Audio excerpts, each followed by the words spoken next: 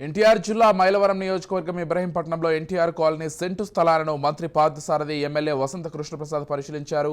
ఎన్టీఆర్ కాలనీలో గతంలో 1602 స్థలాలకు గాను 1406 మంది లబ్ధిదారులు స్థలం కేటాయించడం జరిగిందని తెలిపారు. ప్రస్తుతం 320 లబ్ధిదారులకు ఇల్లు కట్టుకుని నివసిస్తున్నారని, బేస్మెంట్ వేసిన 873 ఇళ్లు ఆగిపోయాయని తెలిపారు. మిగతా లబ్ధిదారుల ఇల్లు నిర్వహించుకోవాలని సూచించారు.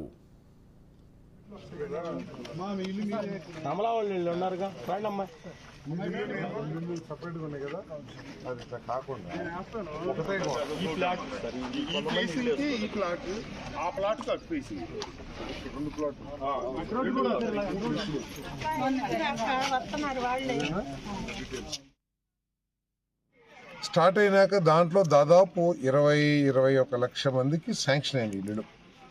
దాంట్లో ఒక 6,80,000 గత ప్రభుత్వంలో నిర్మించారు. అంతకుముందు చంద్రబాబు నాయుడు గారు సమయంలో దాదాపు 3-4 లక్షల రూపాయల దాకా ఇల్లు నిర్మించారు. ఇప్పుడు మిగిలిన 8,25,000 నిర్మాణం చేస్తాము. వీళ్ళందరూ కూడా మార్చి 2025కి పూర్తి చేసుకోకపోతే, అంటే వాళ్ళకు కేటాయించిన 1,80,000కి సంబంధించిన నిర్మాణాన్ని పూర్తి చేసి, అంటే లోపల గతంలో శాంక్షన్ కాబడిన లబ్ధిదారులకి కొత్తగా ఇల్లు శాంక్షన్ కాబడవు. దయచేసి గృహ నిర్మాణ శాఖ అధికారులు, అదేవిధంగా లబ్ధిదారులు, ప్రజాప్రతినిధులు అందరూ కూడా దీన్ని గమనించి ఈ మిగిలిపోయిన నిర్మాణాలని వేగంగా పూర్తి చేయాలని చెప్పేసి మనం చేస్తాను. దాంతోపాటు మరి మా చీఫ్ ఇంజనీర్ గారు, ప్రిన్సిపల్ సెక్రటరీ గారు, ఎమ్మెల్యే గారు కూడా వచ్చారు.